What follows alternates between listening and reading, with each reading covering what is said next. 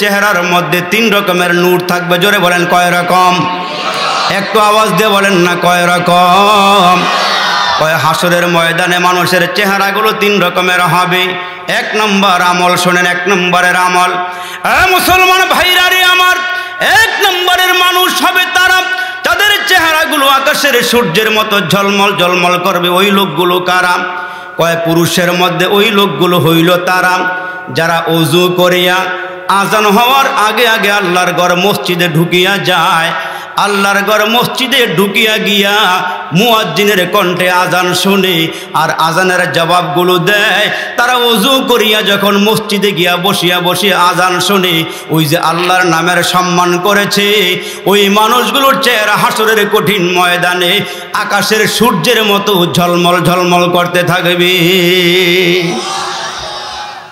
কয় নম্বর গেল? বুঝেন না মনে হয়? দেন কাল কোন দিকে আপনাকে? আমার তো বুঝে আসতেছে না। কয় নম্বর গেল? চেহারা কোন চেহারা কেমন হবে? আকাশের সূর্যের মতো ঝলমল করবে। ওই লোকগুলো কারা? যারা ওযু করে মসজিদে গিয়ে মুয়াজ্জিনের কণ্ঠে আজান শোনে, ওই মানুষের চেহারাগুলো হবে আকাশের সূর্যের মতো। চিৎকার মেরে কোন সুবহানাল্লাহ।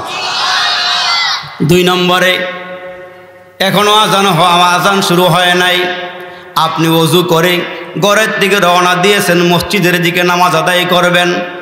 এখনো আল্লাহর ঘরে ঢুকেন নাই, পৌঁছেন নাই, রাস্তার মধ্যে বের হওয়ার সঙ্গে সঙ্গে আজান হয়ে গেছে। আজানটা আপনি মসজিদে গিয়া শুনতে পারেন নাই, কিন্তু রাস্তার মধ্যে বের হওয়ার সঙ্গে সঙ্গে আজান শুরু হয়ে গেছে। আর আপনি আজানের জবাবগুলো দিয়া আল্লাহর ঘরের দিকে রওনা হয়ে গিয়েছেন।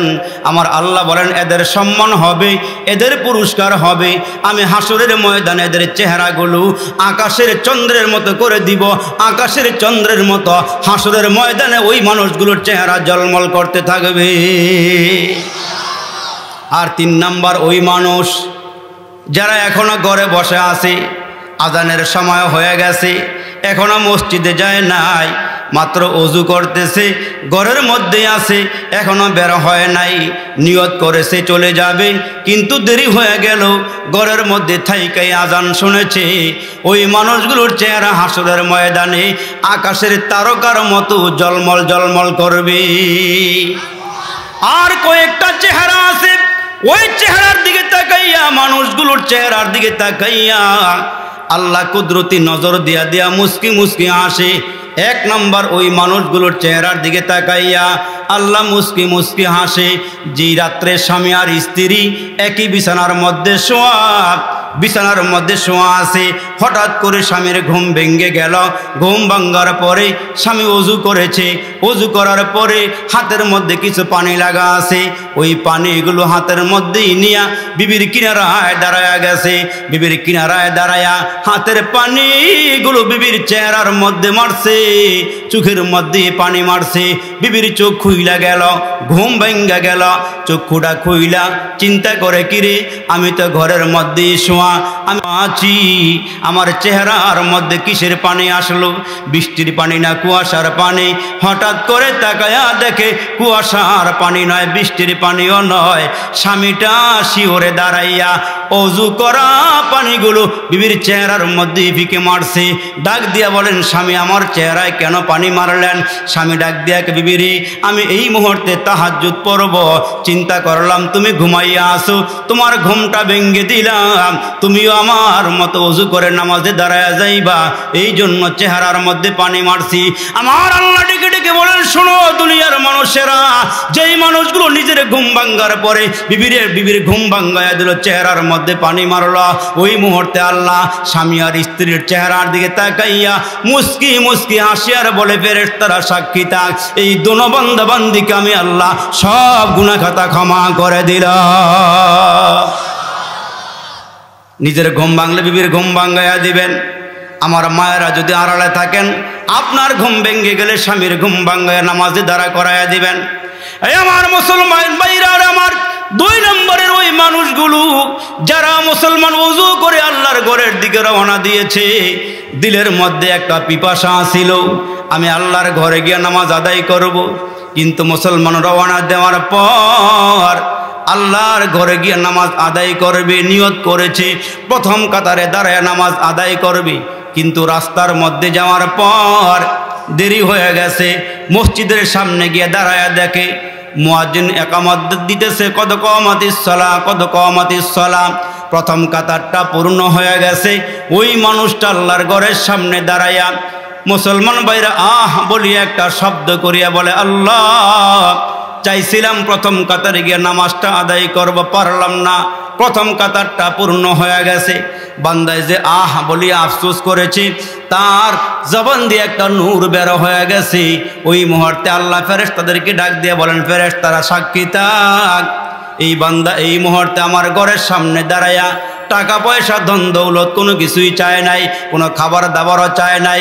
আফসোস করেছে, আমি চাইছিলাম প্রথম কাতারে গিয়ে নামাজটা আদায় করব, তা পারলাম না। আফসোস করার কারণে আমার আল্লাহ ডাক দিয়ে বলেন, ফেরেশতারা রে, এই বান্দার উপরে আমি খুশি হয়ে গেছি।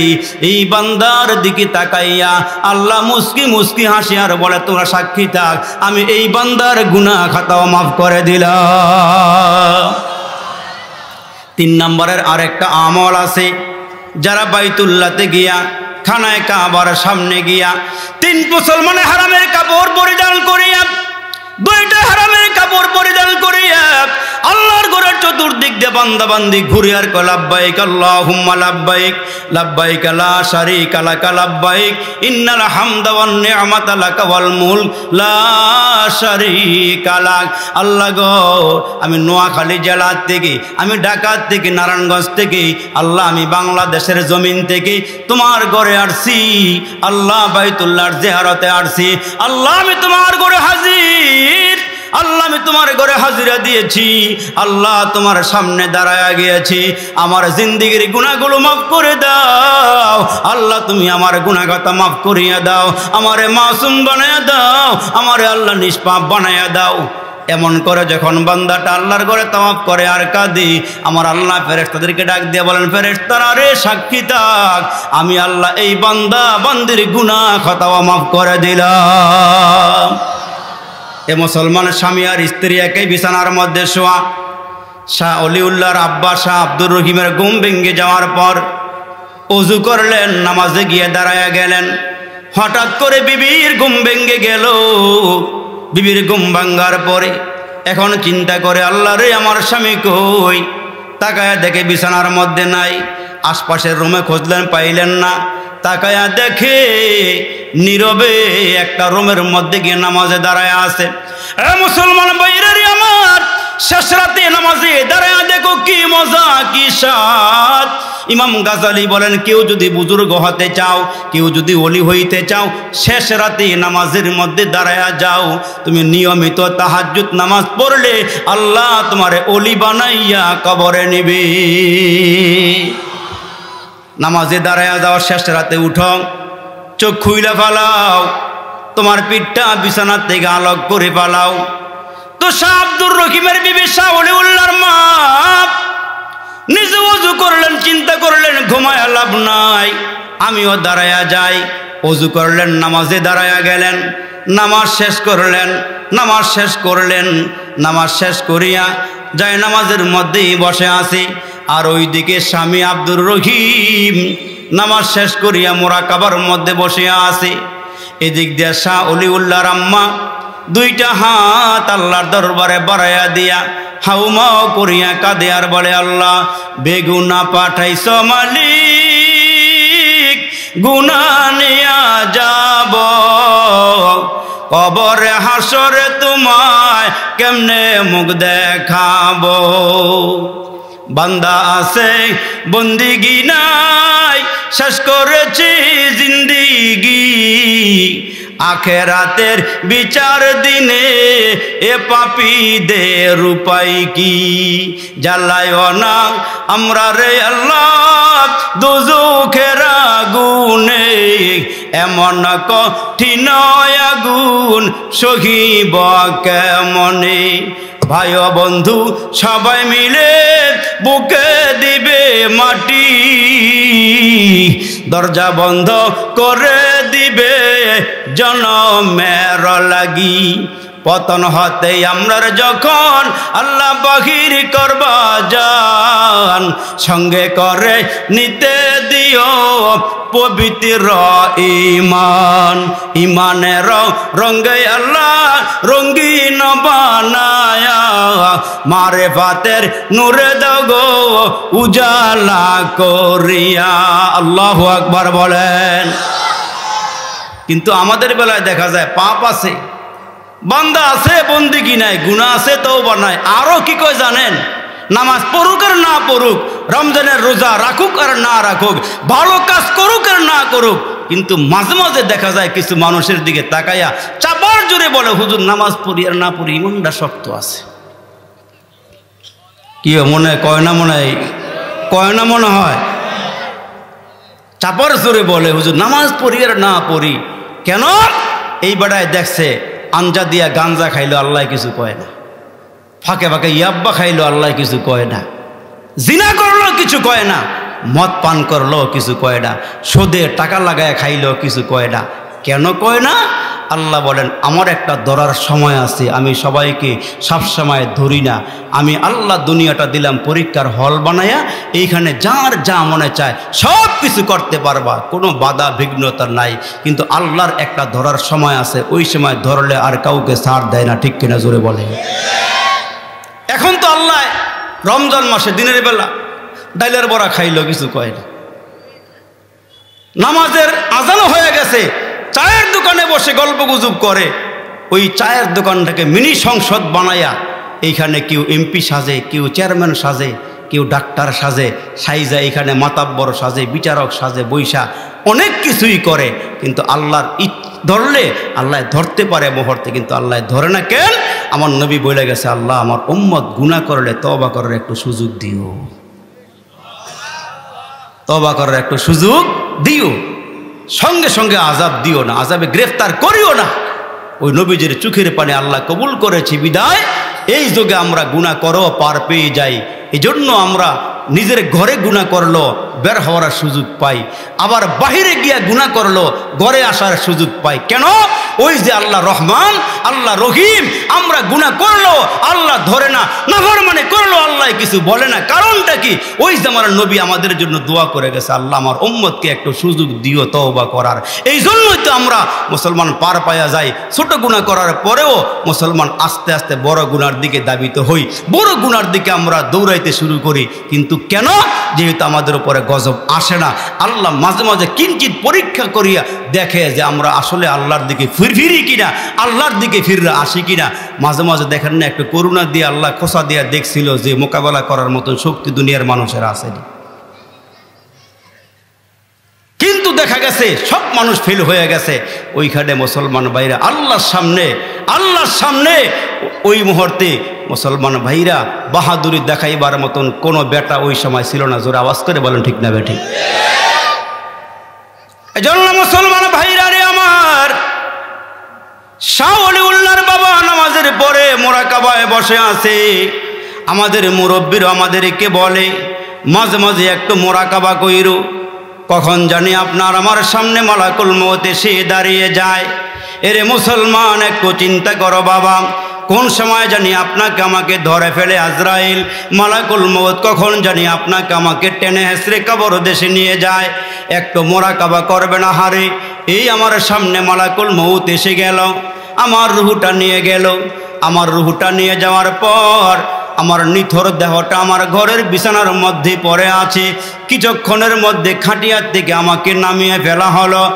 মুসলমান কয়েকজন চলে গেল বাজারে কাফনের কাপড় কিনে আনতে, আবার কিছু লোক চলে গেল আমার কবর খনন করার জন্য। এদিক দিয়ে আমার গরম পানি শুরু হয়ে গেছে। মুসলমান বন্ধুরা রে, তোমার আমার জন্য আল্লাহর ঘরের পালকিটাই হাজির হয়ে গেল। আমাকে জমিন থেকে উঠাইয়া পালকির মধ্যে শোয়া দিল, মশারি টানাইয়া চারজনে গরম পানি দিয়া আমাকে কসলায়া গোসল দিয়া, গোসলটা শেষ করার পরে আমাকে 3টা কাফনের কাপড়ের প্যাকেট দিয়া খাটিয়ার মধ্যে শোয়াইয়া জীবনের শেষ নামাজটা আদায় করিয়া চারজনে খাটটা কাঁধে বহন করে আমাকে কবরস্থানে নিয়ে গিয়া আমার এই কবরের মধ্যে শোয়া দিলা। ওই কবরের মধ্যে শোয়াইয়া ভালো একটা বিছানাও দিল না, আমার মাথার নিচে একটা বালিশও নাই, শীতের মৌসুমে ইন্তেকাল করলাম, মরলাম, কেউ আমাকে একটা লেপ তোষকও দিল না।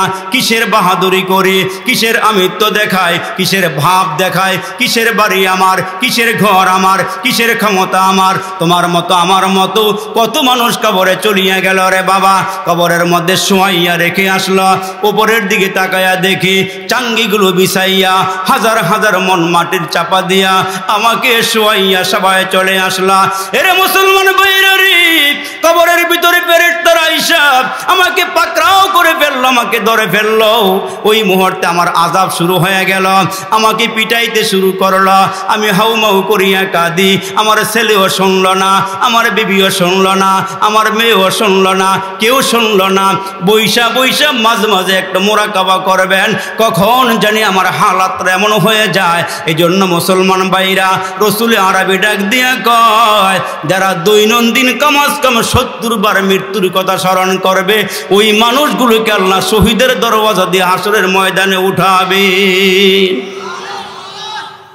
বুজুর্গরা মাঝে মাঝে মোরাকাবা করে করে আমাদেরকে একটু বুঝায় গেছেন, তো তোমরা একটু মাঝে মাঝে মোরাকাবা কইরে একটু ধ্যানে বইসো। তো শাহ ওলিউল্লাহর বাবা ধ্যানমগ্ন হয়ে বসে পড়লেন। এদিক দিয়ে তার মা আল্লাহর দরবারে হাত বাড়াইয়া দিলেন, হাত বাড়াইয়া কান্নাকাটি শুরু করে দিলে, আল্লাহ আমার জিন্দেগির সব গুনাহগুলো মাফ করিয়া দাও, আমারে ক্ষমা করিয়া দাও। এমন করে করে আল্লাহর দরবারে মাপ চাইতেছে, ক্ষমা চাইতেছে। আল্লাহু আকবার। তখন শাহ ওলিউল্লাহ মুহাদ্দিস দেহলভী রহমাতুল্লাহ আলাই মার পেটে দুনিয়াতে এখনও আসে নাই, আসার সময়টা কাছাকাছি হয়েছে। দেখেন বুজুর্গের ঘরের থেকে আল্লাহ কত বড় বুজুর্গ আল্লাহ পাক দুনিয়াতে পাঠাইছেন। শাহ ওলিউল্লাহ মুহাদ্দিস দেহলভী রহমাতুল্লাহ আলাই মার পেটে আছে, আর এদিক দিয়ে মা দুইটা হাত বাড়াইয়া আল্লাহর দরবারে দোয়া করতেছে, আল্লাহ আমার এই পেটের সন্তানটাকে অলি বানায়ো, আল্লাহ আমার পেটের সন্তানটাকে যেমন আর বড় বুজুর্গ বানায়ো। এই জন্য আমার মায়েদের পেটে যখন বাচ্চা আসে তখন মার উচিত হলে কোনো গুনাহ না করা, এই বাচ্চাটা পেটের মধ্যে নিয়ে আল্লাহ আল্লাহ জিকির করা, কোরআন তেলাওয়াত করা, 5 ওয়াক্ত নামাজ পড়া, এই জবান দিয়ে অশ্লীল কোনো বাক্য বের না করা, এই বাচ্চাটা পেটের মধ্যে নিয়ে পেটটাকে বের করে রাস্তা দিয়া বেপরদায় চলাফেরা না করা, এই বাচ্চাটা পেটের মধ্যে নিয়ে টেলিভিশনের পর্দার মধ্যে মুসলমান না বসা, অশ্লীল কোনো কাজ, বেহায়াপনা কাজ এই বাচ্চাকে পেটের মধ্যে রাইখা যেন না করা হয়। কেন? ওই বাচ্চাটার মধ্যে যখন বাচ্চা পেটের মধ্যে থাকে আর ওই মুহূর্তে মা কোনো গুনার কাজ করে, অশ্লীল কাজ করে, তখন তার আসর গিয়ে ওই বাচ্চার মধ্যে গিয়ে পড়ে। এই জন্য বুজুর্গরা বলেন যে পেটের মধ্যে বাচ্চা লইয়া মা তুমি কোনো গুনাহ কইরো না, কোনো নাফরমানি কইরো না, নামাজ কাজা কইরো না, কোনো সগীরে গুনাহ কইরো না, কবিরে গুনাহ কইরো না, কোনো খারাপ কাজের দিকে মা তুমি যাইও না। কেন? তোমার বাচ্চার মধ্যে একটা আসর পড়তে থাকে। এখন শাহ ওলিউল্লাহর মা যখন আল্লাহর দরবারে হাত বাড়াইছে, বাড়ানোর পরে অন্ধকার ঘরের মধ্যে হাত যে বাড়াইছে, তো আল্লাহর এই বান্দি তাকায়া দেখতেছে তার বড় দুইটা হাতের মধ্যে ছোট ছোট দুইটা কচি হাত বাইসা রইছে। আর একটু জোরে বলেন না সুবহানাল্লাহ।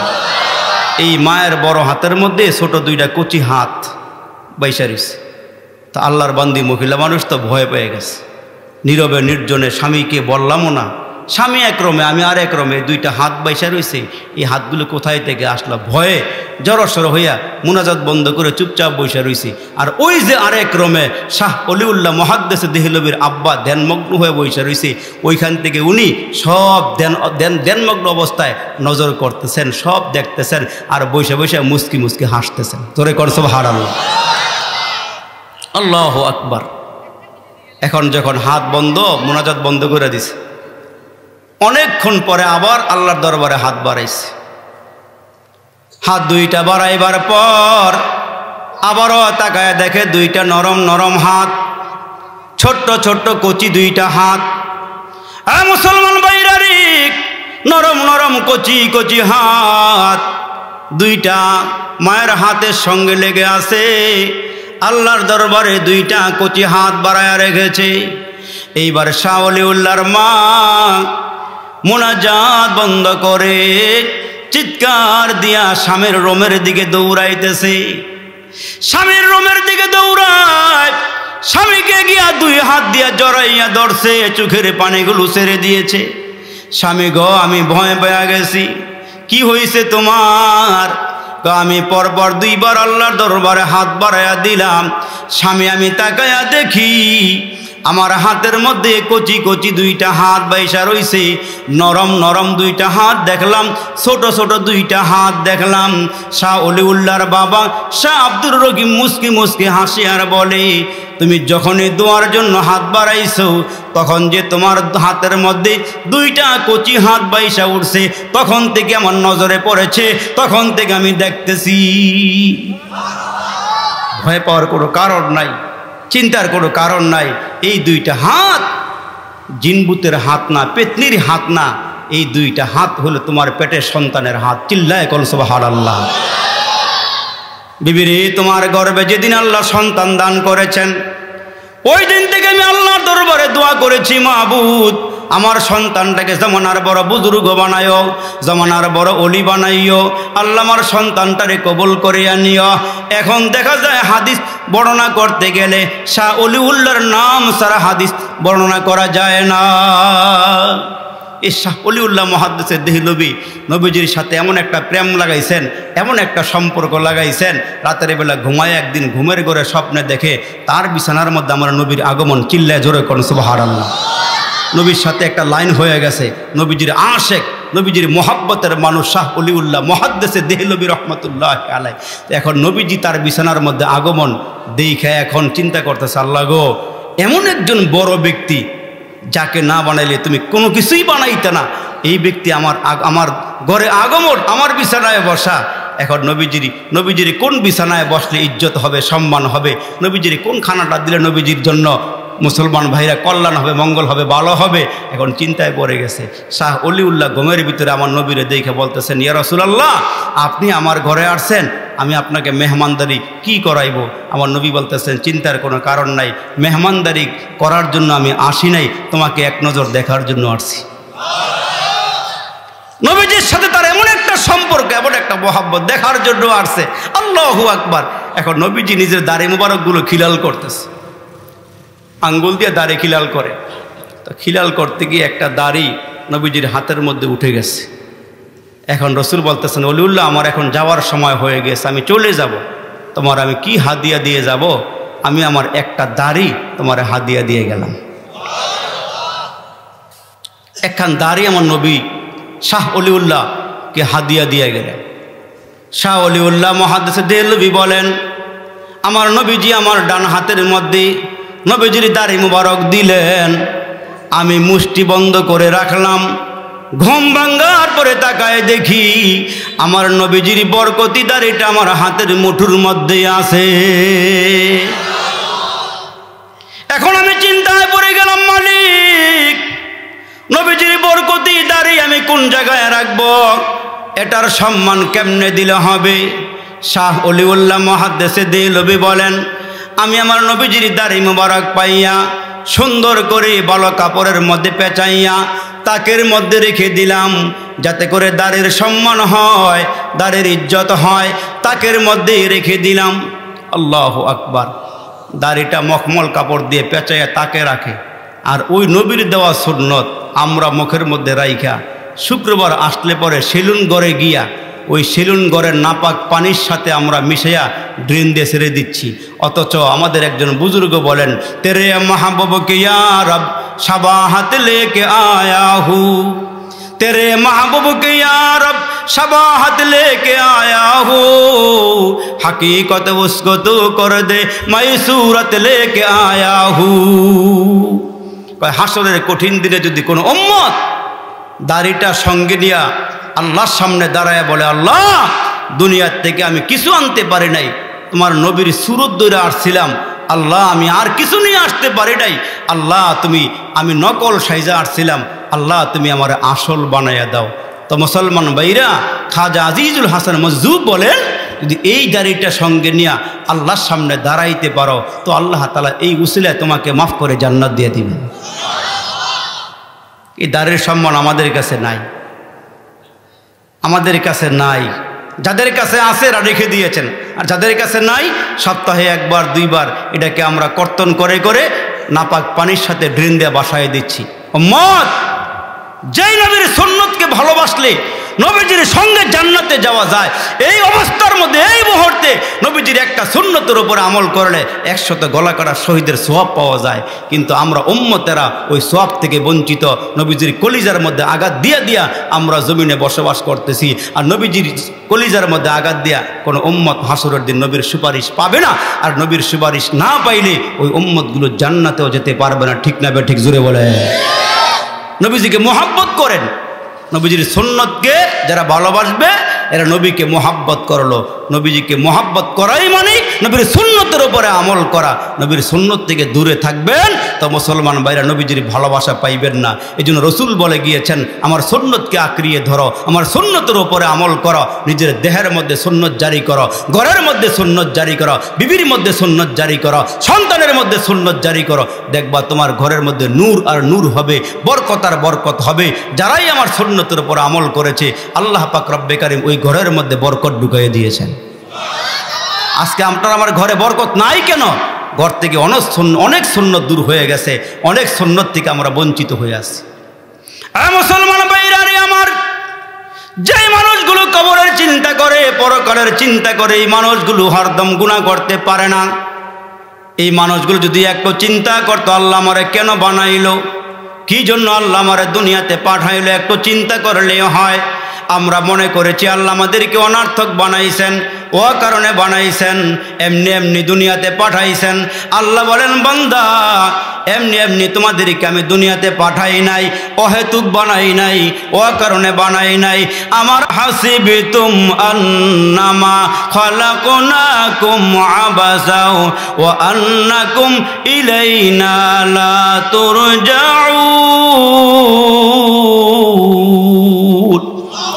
আল্লাহ বলেন, বান্দা তোমাদেরকে অনার্থক বানাই নাই, ও কারণে বানাই নাই, নিষ্প্রয়োজনে বানাই নাই, বেহুদা বানাই নাই, বাড়ি বানাইবার জন্য না, ঘর বানাইবার জন্য না, দুনিয়ার আনন্দ উল্লাসের জন্য নয়। কি জন্য বানাইছেন? আল্লাহরে জিজ্ঞেস করেন আল্লাহ কি জন্য বানাইছেন। আল্লাহ পাক ডাক দিয়া বলেন, ওয়ামা খালাকুতুল জিন্না ওয়াল ইনসা ইল্লা লিয়াবুদুন। আল্লাহ বলেন, আমার গোলামির জন্য বানাইছি, আমার দাসত্বের জন্য বানাইছি, আমার ইবাদতের জন্য বানাইছি রে বান্দা। দুনিয়ার সব মাখলুককে তোমাদের জন্য বানাইছি আর তোমাদেরকে আমার জন্য বানাইছি। আর দুনিয়া খুলিকাত লাকুম ওয়া আনতুম খুলিকতুম লিল আখিরা। দুনিয়ার সব কিছু আমার জন্য বানাইছেন আর আমাকে বানাইছেন আমার আল্লাহর জন্যে। দুনিয়ার সব মাখলুককে আমার গোলামের জন্য বানাইছেন আর আমাকে বানাইছেন আল্লাহর গোলামের জন্য। এখন একটু চিন্তা করেন, আমরা কতটুকুন আল্লাহর গোলামি করতে পারতেছি, আমরা কতটুকুন মাওলাকে রাজি আর খুশি করতে পারতেছি। এখন বলবেন যে হুজুর কতক্ষণ ডাকলে হবে, কতক্ষণ ইবাদত করলে হবে? আল্লাহ আমাদেরকে আবার পরবর্তীতে জানাইতেছেন, ওয়াবুদু রাব্বাকা হাত্তা ইয়াতিয়াকাল ইয়াকিন। আল্লাহ মৃত্যু আসার আগ পর্যন্ত আমাদেরকে আল্লাহর গোলামি করতে হবে। এখন সকলে আওয়াজ দিয়ে বলেন তো, মৃত্যু কখন আসবে? কার কার জানা আছে? জানা আছে? মরবেন এটার বিশ্বাস আসেনি? মরতে হবে, কিন্তু কখন আসবে? আল্লাহ বলেন কখন মরবেন, কোন জায়গায় মরবেন দুনিয়ার কেউ না জানলেও জানেন কি? আল্লাহু আকবার, আল্লাহু আকবার। কুজা কারণ, কুজা ফেরাউন, কুজা নমরুদ শুদ হামান, কুজা শওকত তিয়াজ শাহে, কুজা তখতে সুলাইমানি। কোথায় রাজা বাদশারা, কোথায় জনাট্টরা, কোথায় ক্ষমতাওয়ালারা, কই তারা আজকে? এ মুসলমানেরা কই? আমার পূর্বপুরুষরা কই? যে ঘরে আমি থাকতেছি এই ঘরের মালিকরা কই? প্রকৃত মালিকরা কোথায় গেল? এই জন্য তো মুসলমান বাবা, এই দুনিয়াতে কয়দিন থাকবো তার কোনো গ্যারান্টি নাই, কিন্তু কবরে থাকতে হবে, আজীবন থাকতে হবে, এইটার গ্যারান্টি আছে। এই জন্য তো আমার একজন বুজুর্গ আল্লামা মালিক দিনার রহমাতুল্লাহ আলাই, উনি ওনার খাদিম নিয়ে রাস্তা দিয়ে হেঁটে হেঁটে যাচ্ছেন। আলেমরা যে বুঝায়, ওলামায়ে কেরামরা যে আপনাদেরকে বুঝায়, এই যে আজকে দিনে একটা মাহফিল যারা দরুদি হইয়া আপনাদেরকে আসার বসার সুযোগ করে দিলেন, এরা মনে করে আমাদের দরুদি আলেমদেরকে দাওয়াত দিয়া দিয়া ওনারা দিন শিখাইতেছেন, দিনের কথা শোনাইতেছেন। এটা এদের জন্য আমাদেরকে দোয়া করা উচিত, ঠিক কিনা? জোরে আওয়াজ করে বলেন। তো আল্লাহর ওলি মালিক দিনার রাস্তা দিয়ে হেঁটে হেঁটে যাচ্ছেন আর ওনার খাদেম সঙ্গে করে সামনে গিয়ে দেখলেন টকবগে একজন যুবক। খেয়াল করেন, টকবগে যুবক বিল্ডিংয়ের পাশে চেয়ারে বৈশা বৈশা, বিল্ডিংটা একটু পুরাতন হয়ে গেছে, ওই বিল্ডিংটার মিস্ত্রি লাগাইয়া মেরামত করাইতেছে। তো আল্লাহওয়ালা মানুষ তো পরকাল নিয়ে বেশি ভাবনা, পরকাল নিয়ে বেশি চিন্তা। আল্লাহু আকবার। তো মালিক দিনার রহমাতুল্লাহ আলাইহি শুধু বড় বুজুর্গ না, বড় একজন আলেমও ছিলেন, বড় একজন মুহাদ্দিসও ছিলেন, বড় একজন আল্লাহওয়ালা ছিলেন, যার সঙ্গে মাঝে মাঝে ফেরেশতার সঙ্গ দেখা হইতো। সুবহানাল্লাহ, জোরে বলে। ওনার জীবনের মধ্যে আসছে, উনি একদিন কবরস্থানের কিনারে দিয়ে হাইটা যাইতেছে, এমন সময় তাকায়া দেখে দুইজন বৈশা বৈশা কি জানি গোরস্থানের পাশে বৈশা বৈশা কি জানি লেখে। জিজ্ঞেস করে, এই তোমরা কারা, এখানে বসে বসে কি লিখতেছ? আমরা আসলে মানুষ না, আমরা এলাম আল্লাহর ফেরেশতা। মানব বেশে আল্লাহ দুনিয়াতে পাঠাইছে, আল্লাহওয়ালাদের সাথে মাঝে মাঝে ফেরেশতার সঙ্গেও দেখা হয়, আর আমগুলোকে দেখা হয় খালি শয়তানের লাগে। ঠিক কিনা জোরে কন? এই বুজুর্গের সঙ্গে ফেরেশতার সঙ্গে দেখা। তা বলতেছে কি করতেছ? কয় এই এলাকার যারা জান্নাতি মানুষ এদের নামের লিস্ট করতেছি। আর একটু বড় করে কর না সুবহানাল্লাহ। যখন বলেছে এই এলাকার জান্নাতি মানুষের লিস্ট করতেছি, তো কাছে আগায় গিয়া বলে, দেখো তো ভাই, তোমাদের এই লেখার মধ্যে মালিক দিনারের নামটা আসেনি? দেখো তো মালিক দিনারের নামটা আসেনি? তা ফেরেশতারা দেখে দেখে দেখে কয়, না না না, মালিক দিনারের নামটা আমি এখানে নাই, যাও বিরক্ত করো না, যাও। তো ভাই দেখো না ভাই, নামটা এখানে আসেনি, দেখো না টিকার মধ্যে হাসিয়ার মধ্যে আসেনি। কয় কেন? কয় নেককারদের নামের খাতার মধ্যে আমার নামটা আছে কিনা? আমি নেককার নই, তবে নেককারদেরকে ভালোবাসি। আমি আলেম নই, তবে আলেমদেরকে ভালোবাসি। দেখো না আমার নামটা আছে কিনা? কয় না, তোমার নাম তো এখানে নাই। উনি দৌড়তে গিয়া কান্না বিজড়িত কণ্ঠে সেজদায় পড়ে আল্লাহর ঘরে বলতেছে, আল্লাহ আমার নামটা নেককারদের খাতার মধ্যে নাই, নেককারদের খাতার মধ্যে নাই। কানতে কানতে আল্লাহর ঘর মসজিদে ঘুমায় পড়ছে। ঘুমের ঘরে আবার স্বপ্নে দেখে ওই দুই ব্যক্তি ওনার সামনে বলে, এ মালিক দিনার, চিন্তা করো না, দুনিয়ার মধ্যে লিস্ট করার সময় তোমার নাম দেখি নাই, কিন্তু আসমানে ওই জান্নাতের খাতায় তোমার নাম দেখছি। আর একটু জোরে কর না সুবহানাল্লাহ, সুবহানাল্লাহ। এই মালিক দিনার রাস্তা দিয়ে হাইটা উম্মতের দৌড় দিত। বিল্ডিং এর কিনারায় যুবক বসে, দেখতে বড় সুন্দর যুবক, টকবকে যুবক, বৈশা বৈশা পুরান বিল্ডিং মেরামত করে। তা আল্লাহর ওলি কাছে গিয়ে কে, বাবা এই ঘর কার? হুজুর এই ঘরের মালিক আমি। তোমার আগে ঘরের মালিক কে ছিল? আমার বাবা। এটা তোমার ঘর না, এটা মুসাফিরখানা। যুবক তো ভিতরে সহি বুঝ নাই, তো হুজুর বেশে দেখছে, চেইটা গেছে। হুজুর খায়ালে কোনো কাম পান না, আমি এই ঘরে বসবাস করি, আর আপনি কোন মুসাফিরখানা? বাবা তোমার আগে কে আসিল? কয় তোমার বাবা, আমার বাবা। বাবার আগে কে আসিল? দাদা। কয় এরা আসে না গেছে? কয় এরা চলে গেছে। কয় যেই ঘরের থেকে আসা যাওয়া করে এটা ঘর না, এটা মুসাফিরখানা। হয় সুবহানাল্লাহ বলেন। ঘর যে মেরামত করাইতেছ, কয় টাকা খরচ করবা? হুজুর নিয়ত করছে 1 লাখ টাকা খরচ করুম। আচ্ছা ঠিক আছে, কয়দিন থাকবা এই ঘরে? কয়দিন থাকবা? হুজুর তা তো বলতে পারি না, কয়দিন থাকবো। তো হুজুর বলতেছে, একটা কাজ করবা। কি কাজ? আমার 1 লাখ টাকা দিয়ে দিবা, তোমার একটা ঘর দেওয়া হবে, এই ঘরটা দুনিয়ার 10টা দুনিয়ার সমান ঘরটা হবে, আর ঘরে গিয়ে তুমি যা চাইবা সব পাইবা, একবার ঢুকলে আর তোমার কেউ বাইর করবে না। তো যুবক ডাক দিয়ে, হুজুর বলেন কি? আমাকে একটা রাত একটু ভাবার সময় দেন, একটু চিন্তা করি।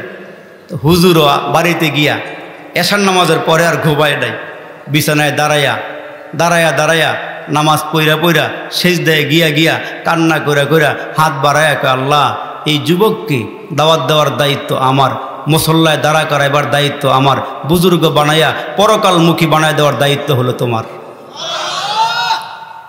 আল্লাহর ওলি মালিক দিনার রহমাতুল্লাহ আলাইহি পরের দিন সকালবেলা ফজরের নামাজের পর খাদেম লইয়া আবার যুবকের সামনে গিয়া হাজির। ওয়াদা করে আসছিলেন, যুবকরে পরের দিন তোমার সঙ্গে আমার দেখা হবে। এ মুসলমান বন্ধুরা রে, পরের দিন সকালবেলা ফজরের নামাজের পরে যুবকের ঘরের দরওয়াজায় গিয়ে আওয়াজ দিলেন।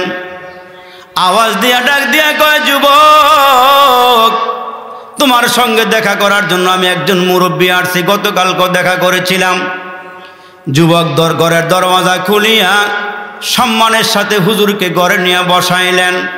বললেন, হুজুর সারা রাত আমি চিন্তা করেছি, ক্ষণস্থায়ী ঘরের পিছনে টাকা আমি খরচ করব না, এই টাকাটা আপনাকে আমি দিয়ে দিব।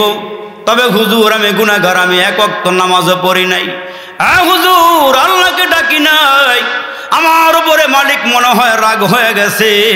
তবে আপনি বুজুর্গ মানুষ, আল্লাহওয়ালা মানুষ, আমি আপনার অনেক গুণগান শুনেছি।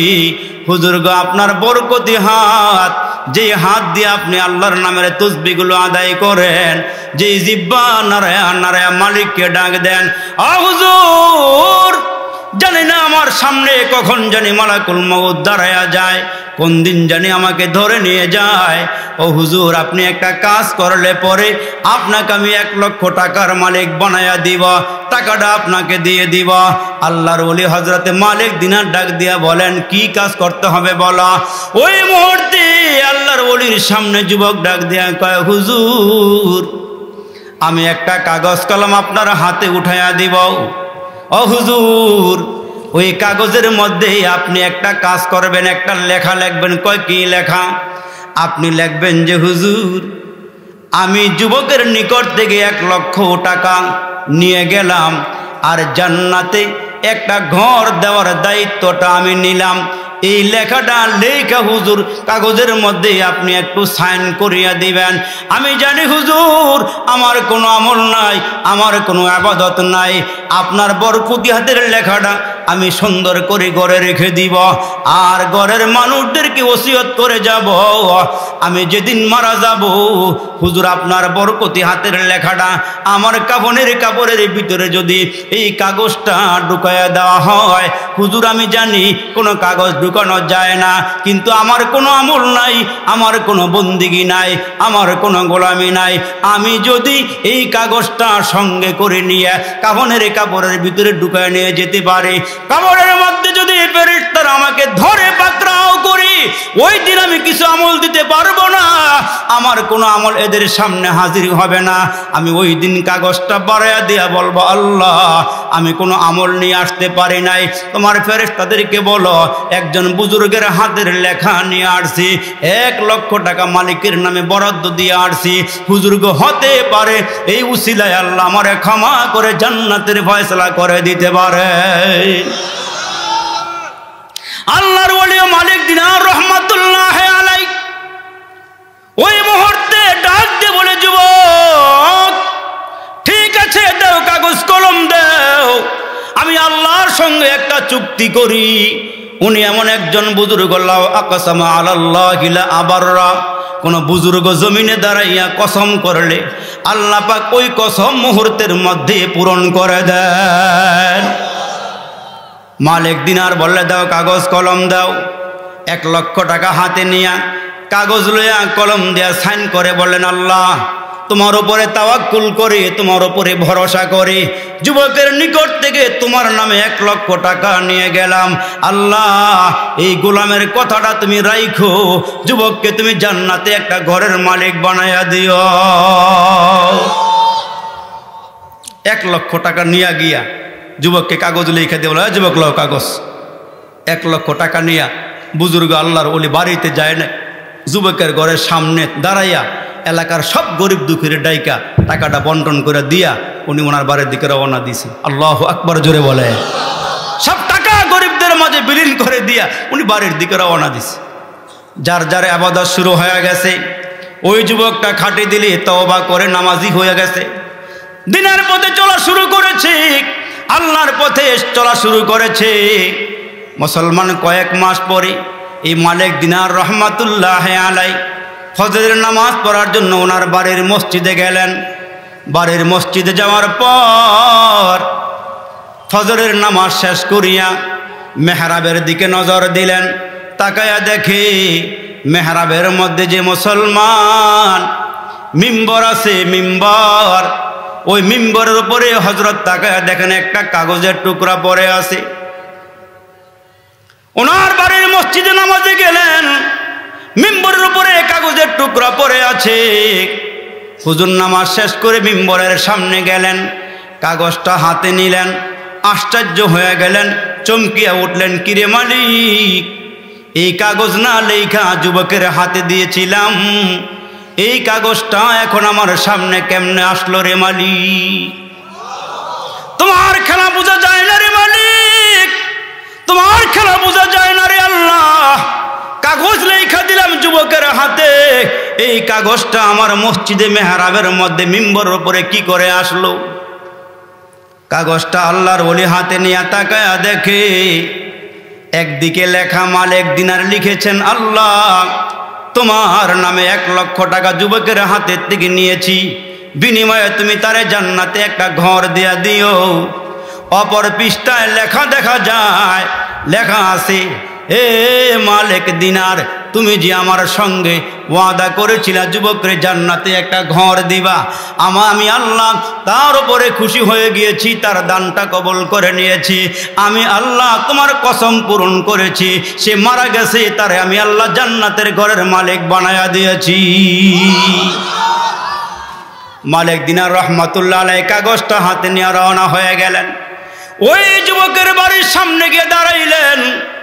দাঁড়ায়া শুনতে পাইতেছেন ঘরের ভিতর থেকে চিৎকারের আওয়াজ। ঘরের কিনারায় দাঁড়ায়া চিৎকারের আওয়াজ পাইয়া আল্লাহর ওলি দরওয়াজায় গিয়ে আওয়াজ দিলেন। দরওয়াজার মধ্যে আওয়াজ দিয়ে, রে মুসলমান, ভিতরে ঢুকলেন আর বললেন, এই ঘরের যুবকটা কই? ঘরের লোকেরা হাউমা করে আর কাঁদে আর বলে, হযরত, রাতের বেলা যুবকটার ইন্তেকাল হয়ে গেছে, যুবকটা মারা গেছে, দুনিয়া থেকে বিদায় হয়ে গেছে। হুজুর ডাক দিয়া বলেন, তারে গোসল করাইছে কে? আমি তাদের সঙ্গে একটু দেখা করতে চাই। আল্লাহর ওলি হযরতে মালিক দিনার যারা গোসল করাইছিল এদের সঙ্গে দেখা করলেন। বললেন, তোমাদেরকে যুবক কি কোনো কাগজ দিয়ে গেছে, ওসিয়ত করে গিয়েছে? কয়, হুজুর, ঘরের ভিতর থেকে একটা কাগজের টুকরা আমাদের হাতে দিয়েছিল, হুজুরকে গোসল করাইয়া ওই কাগজটা কাফনের কাপড়ের ভিতরে ঢুকায় দিয়েছি। হযরতে মালিক দিনার ডাক দিয়া কয়, ওই কাগজটা হাতে দিলে কি তোমরা চিনবানি? কয়, হ্যাঁ চিনব। পকেট থেকে আল্লাহর ওলি কাগজটা বের করে এদেরকে দেখাইলে পরে কয়, হুজুর, এই কাগজটাই তো আমরা কাফনের কাপড়ের ভিতরে দিয়েছিলাম, এই কাগজ আপনি কোথায় পাইলেন? হুজুর চিৎকার দিয়ে কান্না শুরু করে দিয়ে বলে, আল্লাহ তোমার খেলা বোঝা যায় না রে মালিক। আল্লাহ তুমি কত বড় মালিক, কত বড় আল্লাহ। আমি কাগজ দিয়েছিলাম যুবকের হাতে, ওই কাগজটা তুমি আবার আমার হাতে পৌঁছায়া দিয়া যুবকের জান্নাতের সুসংবাদ দিয়েছো।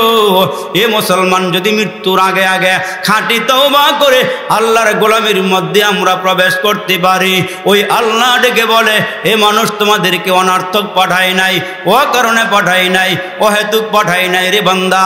এই দুনিয়ার মধ্যে হায়াতের জীবনকে কাজে লাগাও, কারণ প্রত্যেকটা সেকেন্ডের হিসাব হবে, প্রত্যেকটা মিনিটের হিসাব হবে, ঘন্টার হিসাব হবে, সপ্তাহের হিসাব হবে, মাসের হিসাব হবে। জবান দিয়ে যা বারি করেন তা ফেরেশতারা লেখা শুরু করে দিয়েছেন। কিরামান কাতিবিনা ইয়ালামুনা মা তাফআলুন।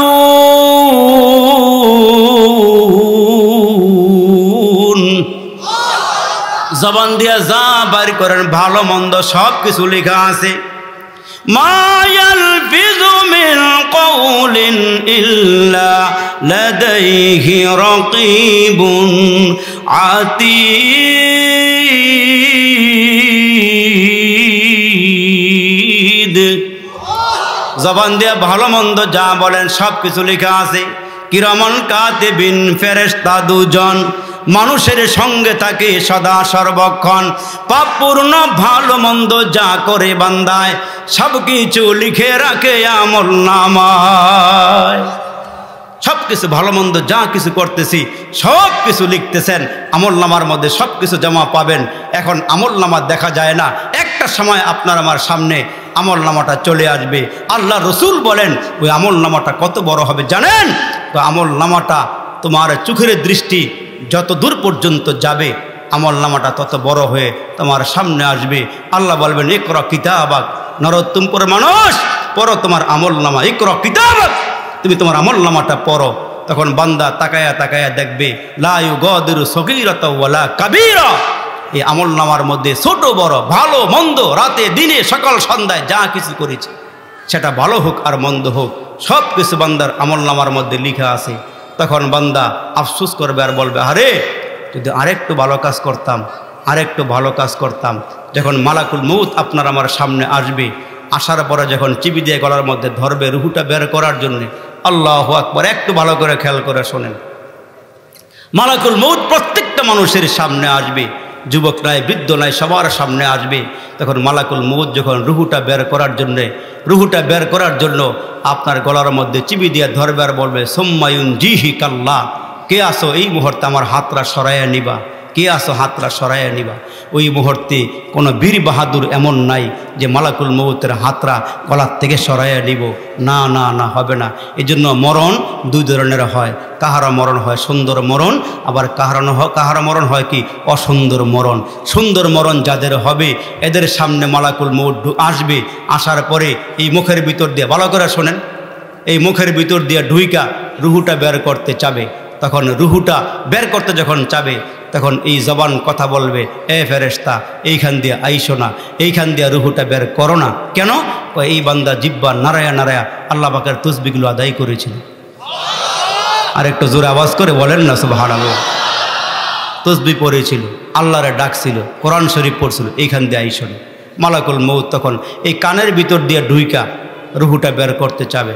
কান বলবে, এই রুহু, এই মালাকুল মউত এইখান দিয়ে নিও না, এইখান দিয়ে রুহু বাইর করিও না।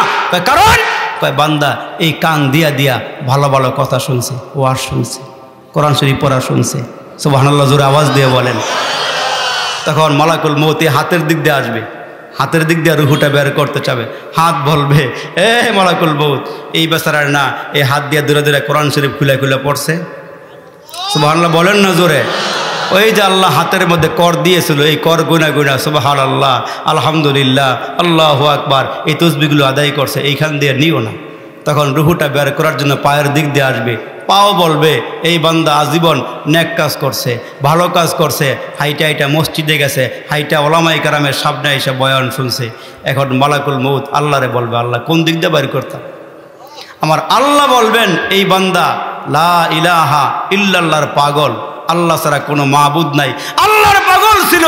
এই বান্দার সামনে তোমার হাতের তালুর মধ্যে লা ইলাহা ইল্লাল্লাহ লেখা, তার সামনে ধরো, দেখবা সে পাগল হইয়া বের হওয়ার জন্য রেডি হয়ে যাবে। জোরে করো সুবহানাল্লাহ। তখন মালাকুল মউত এই লা ইলাহা ইল্লাল্লাহ কালমাটা লেখা যখন তার সামনে ধরবে, আর আল্লাহ বলবেন এখন বের হবে, তবে এমনে না, এখন একটা কাজ করো। এই বান্দার জন্য একটা সুসংবাদ ছিল, ও আবশিরু বিল জান্নাহ, জান্নাতের একটা সুসংবাদ ছিল, যে জান্নাত বান্দায় চোখে দেখে নাই, কানে শোনে নাই, অন্তরে কল্পনাও করে নাই, তার জন্য প্রস্তুত করেছি, রেডি করেছি। তখন বান্দার সামনে এই জান্নাতরা তুলিয়া ধরবে, বান্দা অপলক দৃষ্টিতে জান্নাতের দিকে তাকিয়ে থাকবে, চোখ নাড়াবে না। আল্লাহ বলবেন, এই মুহূর্তে কাজ করে ফলাইতে পারো। তখন আল্লাহ বলবেন, উখরুজি, হে হে সফল আত্মা, বের হয়ে আসো, বের হয়ে আসো। তখন মুসলমান বাবা ওই নেককারের রুহুটা আস্তে করে বের হবে। কেমনে? ওই আটার থেকে চুলটা টান দিলে যেমন আস্তে করে বের হয়ে আসে, ওই মানুষের রুহুটা আস্তে করে বের হবে, মখমলের কাপড়ে পেঁচাইয়া জান্নাতে ঢুকিয়ে দেওয়া হবে। সুবহানাল্লাহ জোরে বল। আরেক বান্দাকে ধরবে, এই বান্দাকে আল্লাহ বলবেন, পাপ করেছো, অন্যায় করেছো। বান্দায় যে মিশা কথা কইতে কইতে ডিগ্রি অর্জন করছে, এখন কোনটা হাসা মিশা এবারে কইতে পারে না। এখন বলবে যে আল্লাহ, নামাজ তো পড়ছিলাম, হুজুরকে বয়ানও শুনছিলাম, আলেমকে মহাব্বত করছিলাম, মাহফিলে টাকাও দিয়েছিলাম, মাদ্রাসায় টাকাও দিয়েছিলাম, সব ভালো কাজ করে আসছি। আল্লাহ বলবেন, ঠিক আছে তো? আল্লাহ কওকে ঠিক না, তাহলে আবার কেমন? সব ঠিক আছে। আল্লাহ আস্তে করে, আল-ইয়াওমা নাখতিমু আলা আফওয়াহিহিম, এই জবানে তালা যখন লাগবে, এখন পাট পাট করে হাতে কথা কয়, কানে কথা কয়, চোখে কথা কয়, পায়ে কথা কয়, সব কথা বলা শুরু হয়ে গেছে। এর বিরুদ্ধে একটাও পক্ষে না, সব বিরুদ্ধে। এই বান্দা হাত দিয়ে গুনাহ করছে, পা দিয়ে গুনাহ করছে, জবানদারে ভালো কাজে লাগাই নাই, জবানদারে আজীবন খারাপ কাজ ব্যবহার করেছে। এখন বান্দা তাকাইয়া দেখবে তার পক্ষে কোনো সাক্ষী নাই, সব তার বিপক্ষে গেছে। আল্লাহু আকবার। কিন্তু কালমাওয়ালা তখন মুসলমান শেষ মুহূর্তে আল্লাহু আকবার, দুররাতুন নাসিহিন কিতাবের ভিতরে লেখক লিখেন যে ওই মুহূর্তে এই চোখের একটা ব্রু, একটা চুল আল্লাহকে ডাক দিয়ে বলবে, আল্লাহ আমার একটা কথা আছিল। কয়, কি কথা আছিল? কি কথা বলো? বলো। আল্লাহ আমি দেখছি এই লোকটা একবার ওয়াজে গিয়া, আল্লাহ একটা নীরব জায়গাতে গিয়া তোমার ভয়ে আল্লাহ কাঁদছিল, এই চুলটা বেয়ে বেয়ে একটু পানি বাইরে হয়েছিল, আল্লাহ আমি আর ওর পক্ষে নেক কাজের পক্ষে সাক্ষ্য দিলাম। আল্লাহ বলবেন তুই সাক্ষ্য দেস? কয় হ্যাঁ। কয় যা ঠিক আছে, এটা আযাবের পরে আগে ডাক। কয় যা আমি তারে এই খাতিরে মাফ করে দিলাম। কিন্তু মাতুল আসি তুতফি গদাবির রব। আল্লাহু আকবার, আল্লাহু আকবার। কিন্তু আমরা বান্দা আছি, বন্দিগি নাই, গুনাহ আছে, তওবা নাই, আর বুকে থাপ্পড় দিয়ে আমরা সেরকাশি করি, অহংকারী করি যে আমার মতন কয়জন আছে আমলওয়ালা। এজন্য মুসলমান ভাইরা রে আমার, কোন সময় তোমার আমার সামনে মালাকুল মউত দাঁড়াবে, কখন জানি তোমাকে আমাকে ধরে নিয়ে যাবে, পাকড়াও করে নিয়ে যাবে। এজন্য আমার আল্লাহ পাক ডাক দিয়ে বলেন, কার জীবন সফল আর কার জীবন বিফল? কে জীবন সফল করে কবরে যাইবা, আর কার জীবনটা বিফল একটু চিন্তা করো। আল্লাহ পাক ডাক দিয়ে বলেন, লা ইয়াস্তাবি আসহাবুন নারি ওয়া আসহাবুল জান্নাহ, আসহাবুল জান্নাতি হুমুল ফাইজুন। ওই কার জীবন সফল আর কার জীবন বিফল আমরা আজীবন শুনে আসছি। হাসরের ময়দানে দুইটা দল হবে, এক দল হবে জান্নাতি, আরেক দল হবে জাহান্নামী। এক দলের আমলনামা ডান হাতে আসবে, ফারিকুন ফিল জান্নাতি ও ফারিকুন ফিস সাইর, আসহাবুল ইয়ামিন মা আসহাবুল ইয়ামিন ও আসহাবুশ শিমাল মা আসহাবুশ শিমাল। হাসরের কঠিন দিনে দুইটা দল হবে বাবা, এক দল হবে জান্নাতি, আরেক দল হবে জাহান্নামী। কে জান্নাতি আর কে জাহান্নামী হাসরের ময়দানে উঠলে পরে বোঝা যাবে কার আমল সুন্দর ছিল, কার চরিত্র কেমন ছিল, কে আল্লাহওয়ালা হয়ে কবরে গেছে। হাসরের কঠিন দিনে আমরা দাঁড়াবো, একদল জান্নাতে যাবে আর একদল জাহান্নামে যাবে। এই জন্য কারা জান্নাতে যাবে আর কারা জাহান্নামে যাবে, কার জীবন সফল হবে আর কার জীবন বিফল হবে, হাসরের দিন যারা আমলনামাটা ডান হাতে পাবে, এই ডান হাতে পাওয়ার জন্য আল্লাহর মর্জি মোয়াফেক জীবন চালাইতে হবে, জীবন পরিচালনা করতে হবে। আল্লাহর বিরুদ্ধে যাওয়া যাবে না, রসুলের বিরুদ্ধে যাওয়া যাবে না, কোরআনের বিপক্ষে যাওয়া যাবে না, ওলামায়ে কেরামের বিপক্ষে যাওয়া যাবে না। তার কারণ হলো আল্লাহ বলেছেন, ইসলামের ভিতরে পরিপূর্ণ প্রবেশ করো, ইসলামের ভিতরে দাখিল হয়ে যাও। কিছু ঢুকলাম কিছু ঢুকলাম না, এক ওয়াক্ত নামাজ পড়লাম, 4 ওয়াক্তই পড়লাম না, এটার নাম কিন্তু মুসলমানিত্ব নয়, আর এইটা কিন্তু ইসলামের ভিতরে ঢুকা নয়। এই জন্য কার জীবন সফল আর কার জীবন বিফল হাসরের দিন কি আমলনামা ডান হাতে আসবে না বাম হাতে আসবে, এগুলো বুজুর্গরা অনেক চিন্তা করতে না হারে আমি কোন হাতে জানি আমলনামা পাই, কোন হাতে জানি আমলনামা পাই। এই জন্য তো মুসলমান ভাইরা, জুনায়েদ বাগদাদি রহমতুল্লাহ আলাই, উনি কত বড় বুজুর্গ আল্লাহওয়ালা, রাস্তা দিয়ে হাঁটতেছেন, অপর দিক থেকে একটা কুকুর আসতেছে, দুইজনের মুখোমুখি হয়ে গেছে দুজন। এই সময় আল্লাহওয়ালাও দাঁড়ায়া গেলেন, কুকুরটাও দাঁড়ায়া গেলেন। রাস্তা ছিল চিকুন রাস্তা, দাঁড়ায়া মুখোমুখি যখন হয়ে গেছে, আল্লাহওয়ালা তো বলতেছে, কুকুর রে তুই একটু নিচে নামলে আমার জন্য একটু সহজ হইতো, আমি একটু রাস্তা দিয়ে হাইটা গিয়া সামনের মসজিদে নামাজটা আদায় করতাম। যেহেতু তুই নাপাক, তোর শরীর নাপাক, তোর নামাজ সামাজ কোনো কিছুই নাই, তুই আমাকে একটু জায়গা করে দিলে আমি ওই সামনের মসজিদে গিয়ে নামাজটা আদায় করতাম। কিন্তু বাবা ওই মুহূর্তে আল্লাহ তাআলা কুকুরের জবানটা খুলে দিয়েছে।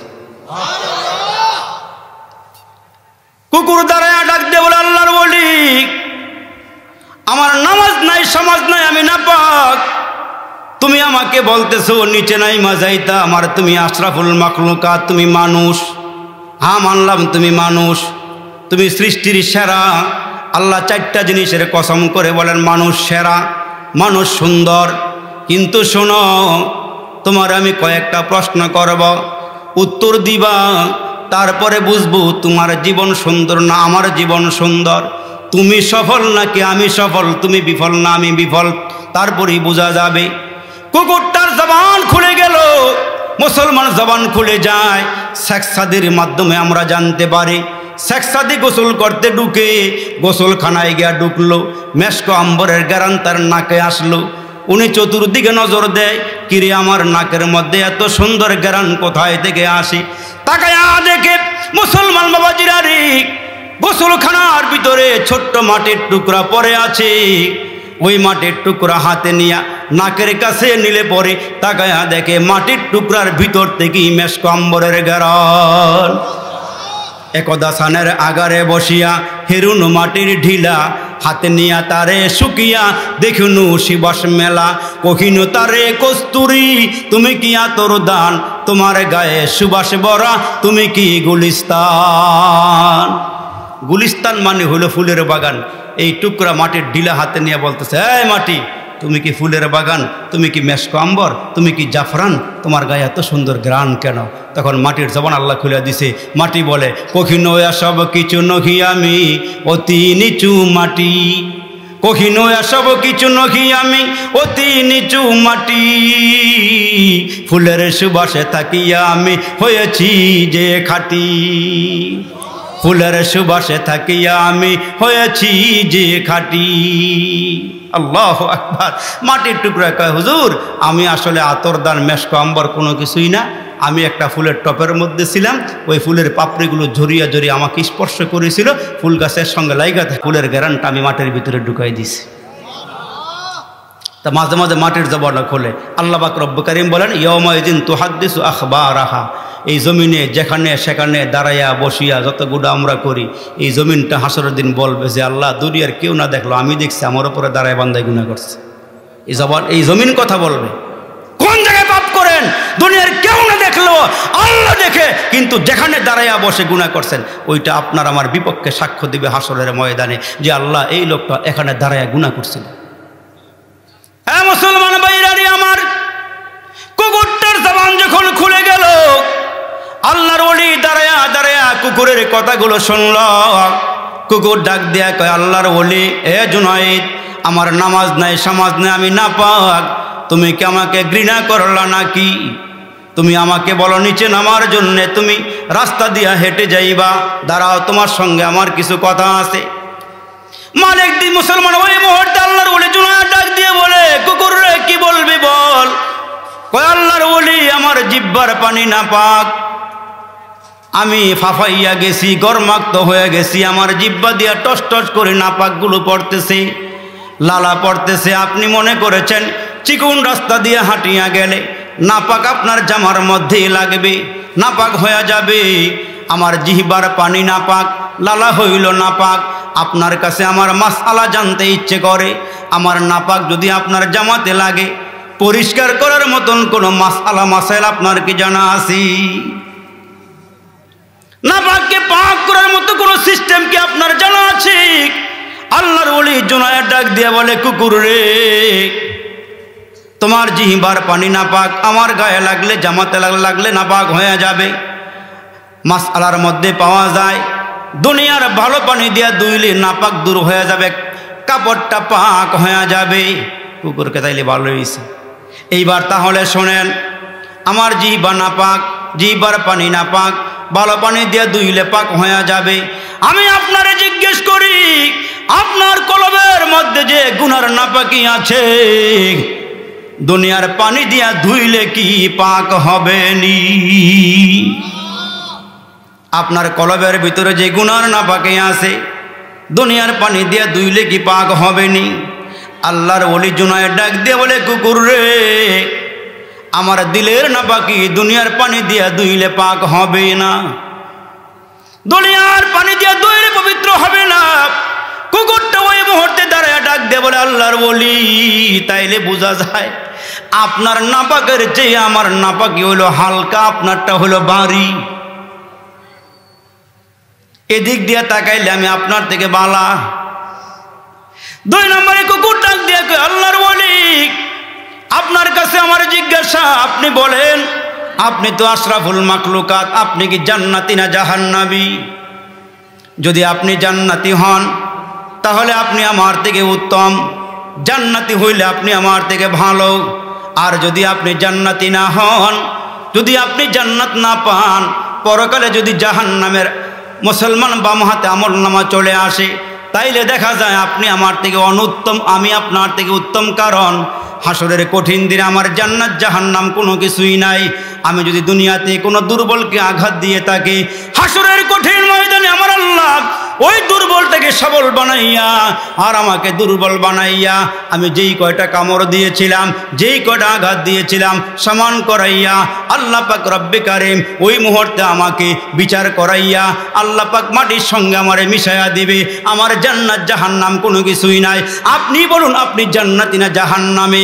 আল্লাহর ওলির সামনে দাঁড়াইয়া চোখের পানিগুলো ছেড়ে দিয়া ডাক দিয়া কয়, কুকুর রে, তুই আমারে আজকে যেই ওয়াজ দিয়া গেলি, আমার জীবনে আর কোনো ওয়াজ না শুনলেও তোর এই ওয়াজের উপরে আমল করলে আমার জন্য চলা যথেষ্ট হয়ে যাবে।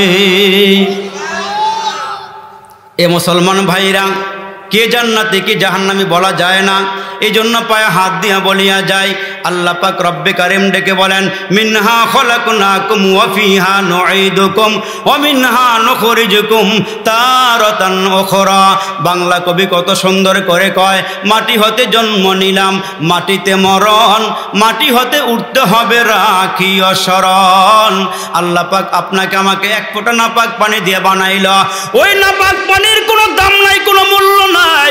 এরে মুসলমান, দুধের কেজিও 70, 80, 100 টাকায় বিক্রি হয়, কিন্তু তোমারে আমারে যেই বস্তু দিয়ে আল্লাহ বানাইছে এটা বাজারে নিয়া কেউ কিনবো? নাপাক পানির কথা বাবা তার সন্তানের সামনে বলতে পারে না। এই মাউসগুলো কি দিয়ে বানাইছে বলা যায়, চেয়ারটা কি দিয়ে বানাইছে বলা যায়, সামিয়ানা কি দিয়ে বানাইছে বলা যায়, কিন্তু আপনারে আমারে কি দিয়ে বানাইছে তা বলা যায় না। অথচ আল্লাহ ডাক দিয়ে কয়, মানুষ তোমারে সবচেয়ে বেশি সম্মান দিলাম, তোমারে সবচেয়ে বেশি ইজ্জত দিলাম। মানুষকে আল্লাহ সম্মানের মুকুট পরাইয়া ডাক দিয়ে দিয়ে বলেন, মানুষরি আমি আল্লাহ যেমন সম্মান দিয়েছি, সম্মানের জায়গা তোমাদের জন্য আমি আল্লাহ জান্নাতও বানায়া রেখেছি। আনতাল্লাযী ওয়ালাদাতকা উম্মুকা বাকিয়ান ওয়ান্নাসু হাওলাকা ইয়াদহাকুনা মাসরুরা ফাজহাদ লিনাফসিকা ইয ইয়াকুনু বাকিয়ান ফি ইয়াউমি মাউতিকা দাহিকা ওয়া মাসরুরা। প্রথম যেদিন তুমি এসেছিলে ভাবে, কেঁদেছিলে তুমি একা, হেসেছিল সবে, এমন জীবন করো হে গঠন, মরিলেও হাসিবে তুমি, কাঁদিবে ভুবন। আল্লাহ বলা হয়ে যান, পরকালকে সামনে রেখে চলেন। যার চরণ সুন্দর হবে তার মরণ সুন্দর হবে, আর যার মরণ সুন্দর হবে কবর সুন্দর হবে। কবর সুন্দর হলে প্রত্যেকটা ঘাটি সুন্দর হবে, তো আল্লাহ তাআলা পুলসিরাত পার করে জান্নাতের ফয়সালা করে দিবেন।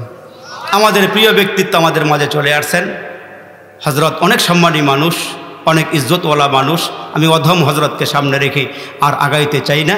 যে কথাগুলো বলেছি, আমি ক্ষুদ্র মানুষ, ছোট মানুষ, নালায়েক, আপনাদের সামনে যে আলোচনা করেছি, আল্লাহ যেন প্রথম আমাকে আমল করার তৌফিক দান করেন।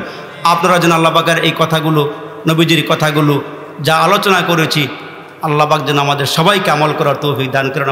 আমা আলাইনা ইল্লাল বালাগ। আসসালামু আলাইকুম ওয়া রাহমাতুল্লাহ।